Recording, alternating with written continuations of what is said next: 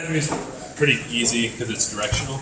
Alright? So we're going to start off with the testes where everything gets started. Alright?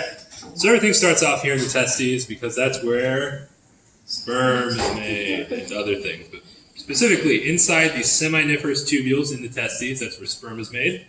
Hey, buddy. It moves over to the epididymis then for storage and maturation here. And then it's going to come up the spermatic cord into the vas deferens and empty at the ampulla of the vas deferens. Here, where it's also joined by the seminal vesicle, where the seminal fluid is created and stored and formed and comes in.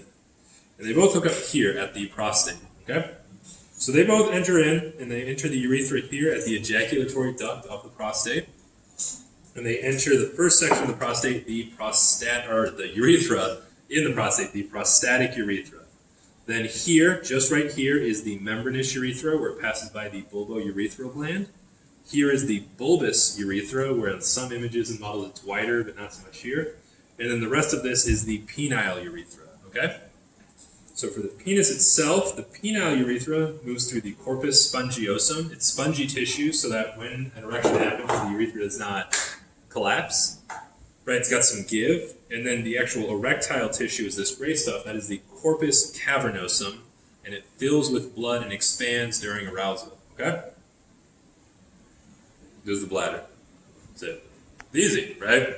Here, sitting on top of the pubic bone. Where's my dog? He's in the other wrist. Here. Okay?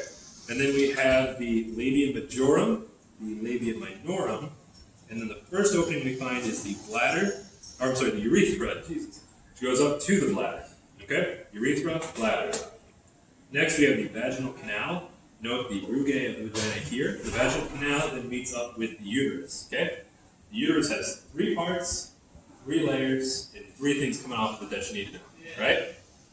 The cervix, the body, and the fundus, the parametrium, the myometrium, and the endometrium are the layers, and coming off of it, what you really need to know are the round ligament, the fallopian tube, and the ovarian ligament here, which connects to the ovary.